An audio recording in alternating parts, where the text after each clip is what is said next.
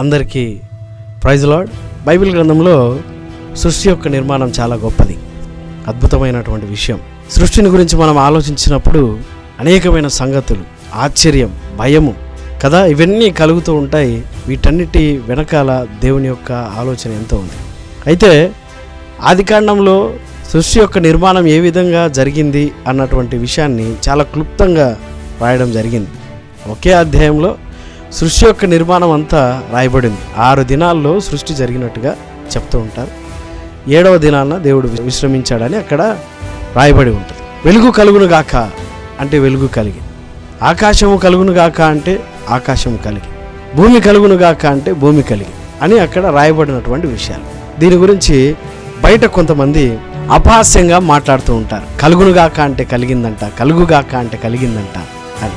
ఇది మాట్లాడినప్పుడు నేను కూడా కొంత ఈ విషయం గురించి ఆలోచించాను. అంత సులువుగా అయిపోయిందా సృష్టి? అంత ఈజీగా కలిగిందా?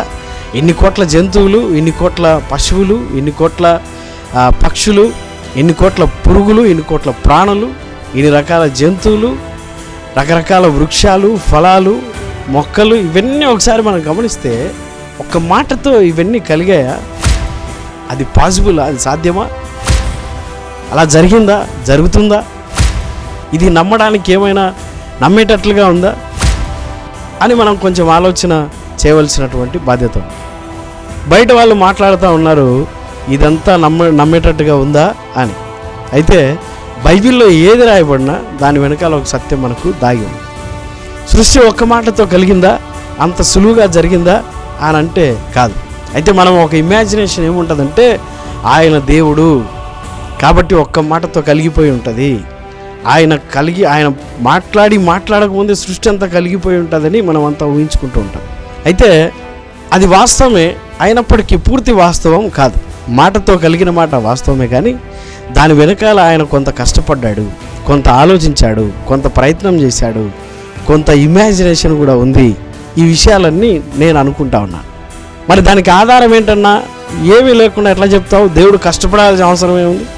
దేవుడు ఆలోచించాల్సిన అవసరం ఏముంది? దేవుడు శ్రమ పడాల్సిన అవసరం ఏముంది? ఆయన దేవుడు కదా, ఒక్క మాటతోనే కలిగిపోతుంది అని మనం అనుకుంటా ఉంటాం. అయితే బైబిల్ ఆధారం లేకుండా మనం ఏం మాట్లాడకూడదు కనుక బైబిల్ ఆధారంతోనే ఒక మాటను మనం చూసుకుందాం. ఆదికాండము 2వ అధ్యాయము 2వ వచనము. దేవుడు తాను చేసిన తన పని 7వ దినములోగా సంపూర్తి చేసి తాను చేసిన తన పని అంతటి నుండి 7వ దినమున విశ్రమించెను. విశ్రమించానంటే రెస్ట్ తీసుకున్నాడు. రెస్ట్ తీసుకున్నాడంటే అలసిపోయి ఉంటాడు. శ్రమ చేస్తేనే విశ్రమించాలి అని అనిపిస్తుంది, కష్టపడితేనే రెస్ట్ తీసుకోవాలి అని అనిపిస్తుంది. లేదు ఎక్కువ ఆలోచిస్తేనే కొంత మనకు విశ్రాంతి కావాలి అని అనిపిస్తుంది. దేవుడు విశ్రమించాడు అని ఇక్కడ రాయబడింది. అంటే కాస్తో కూస్తో శ్రమపడి ఉంటాడు అని నేను అనుకుంటా ఉన్నాను. అందును బట్టి ఈ వాక్యాన్ని అక్కడ పొందుపరిచారన్నటువంటి నా యొక్క భావన. దేవుడు శ్రమించకుండానే విశ్రమించి ఉంటాడా? రెస్ట్లోనే ఉన్న వాళ్ళకి మళ్ళీ రెస్ట్ అవసరం? అంత ఎంతో కష్టపడ్డారు కాబట్టి, అంత ఎంతో శ్రమ పడ్డారు కాబట్టి అంత ఈజీ అనుకుంటారా సృష్టిని కలుగు చేయడం? అది ఎంత ప్లానింగ్ ఉండాలి, ఎంత డిజైనింగ్ ఉండాలి, ఎంత బ్యాలెన్స్గా దేవుడు సృష్టిని కలుగజేశాడో ఒకసారి ఆలోచన చేయండి. పగలు రాత్రి, అగ్నిపర్వతాలు ఉన్నాయి, మంచు పర్వతాలు ఉన్నాయి, ఎడారులు ఉన్నాయి, సెలయేరులు ఉన్నాయి, అడవులున్నాయి, బీడు భూములు ఉన్నాయి. ఇలా అన్నీ కూడా ఒక మంచి క్రమంలో ఒక బ్యాలెన్స్డ్గా ఈ సృష్టిని ఆయన కలుగజేశాడు. ఒక్క మాటతో ఈజీగా అయిపోయిందంటే నేనైతే నమ్మటం లేదు. దేవుడు అంతో ఇంతో కష్టపడ్డాడు. అయితే మీకు అర్థం అవ్వడానికి ఉదాహరణకు ఒక మాట చెప్తాను. ఇప్పుడు ఏఐ టెక్నాలజీ బాగా అందుబాటులో ఉంది అందరికీ. ఏదైనా ఒక డ్రాయింగ్ గీయాలన్నా, ఒక బొమ్మ గీయాలన్నా, ఒకటి ఏదైనా క్రియేట్ చేయాలన్నా అప్పట్లాగా మనం గంటలు కష్టపడాల్సిన అవసరం లేదు. ఊరికే ఒక మంచి ప్రాంప్ట్ ఇస్తే అయిపోతుంది, ఒక వాయిస్ నోట్ ఇస్తే అయిపోతుంది కదా. వాయిస్ కమాండ్ ఇస్తే కూడా అవన్నీ క్రియేట్ అయిపోతాయి. అదేవిధంగా దేవుడు కూడా వాయిస్ నోట్ ఇచ్చి ఉంటాడు, లేదా ప్రాంప్ట్ ఇచ్చి ఉంటాడు. మీరు ఒకసారి ఆలోచన చేయండి. ఏ ద్వారానే ఏదైనా క్రియేట్ చేయాలనుకోండి, మీరు దాని కనుక యూజ్ చేసే వాళ్ళైతే మీకు ఐడియా ఉంటుంది. అక్కడ ఏదైనా ఒకటి క్రియేట్ చేయాలంటే part to part, pin to pin ప్రతిదీ మనం డీటెయిల్గా దానికి అర్థమయ్యేటట్టుగా ప్రాంప్ట్ ఇస్తేనో లేదా వాయిస్ నోట్ ఇస్తేనో అది మనం అనుకున్నట్టుగా ఒకటి క్రియేట్ చేసి ఇవ్వగలుగుతుంది. మనం ప్రాంప్ట్ ఇవ్వకపోయినా, సరిగ్గా మనం వాయిస్ కమాండ్ ఇవ్వకపోయినా అది క్రియేట్ చేయలేదు. ఎందుకంటే దానికి ఏదైనా క్రియేట్ చేసే శక్తి ఉంది కానీ ఆలోచించే శక్తి లేదు. దాని వెనకాల మైండ్ ఏదో ఒకటి ఉండాలి. ఇక్కడ దేవుడు కరెక్ట్గా దాన్ని డిజైన్ చేసి ఉంటాడు. దేవుడు దాన్ని కరెక్ట్గా బిఫోరే బ్లూ ప్రింట్ వేసుకొని ఉంటాడు. దేవుడు బ్యాలెన్స్డ్గా ముందే దాన్ని ఇమాజిన్ చేసి తయారు చేసి ఉంటాడు.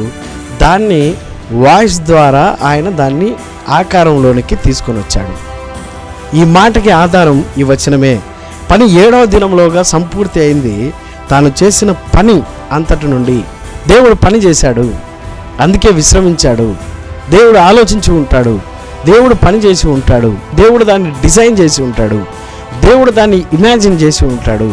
ఈ విధంగా పని జరిగింది గనుకే సృష్టి జరిగింది. మనం ఎగతాళి చేసినట్టుగా అన్నట్టుగా అక్కడ రాయబడినట్టుగా ఊరికే కలుగునుగాక అంటే భూమి కలగలేదు, ఊరికే కలుగునుగాక అంటే సముద్రం కలగలేదు. దానికి వెనకాల కొంత పని జరిగింది, కొంత ఆలోచన జరిగింది, కొంత క్రియేషన్ జరిగింది, క్రియేటివ్గా ఆయన ఆలోచించడం జరిగింది అన్నటువంటి విషయాన్ని మనం అర్థం చేసుకోవాలని మనం చేస్తాం. ఈ విషయం పైన ఇంకా ఏదైనా చర్చించవలసిన విషయాలు ఉంటే, ఒకవేళ నా విషయంలో నేను చెప్పిన దీంట్లో ఏదైనా మీకు పాయింట్స్ వ్యతిరేకంగా ఉంటేనో, లేదు మీకు ఏదైనా ఆర్గ్యుమెంటల్ పాయింట్ ఉంటే కింద మెసేజ్ చేయండి. దాని గురించి పరిశీలనగా ముందుకెళ్దాం. నాకు తెలియని విషయాలు నేను తెలుసుకుంటాను, మీకు తెలిసిన విషయాలు ఉంటే నాతో పంచుకోండి, నాకు తెలిసిన విషయాలు మీతో కూడా పంచుకుంటూ ఉంటాను. దేవుడు మనల్ని అందరినీ వాక్యపు వెలుగులో ముందుకు నడిపించును గాక. ఆమేన్.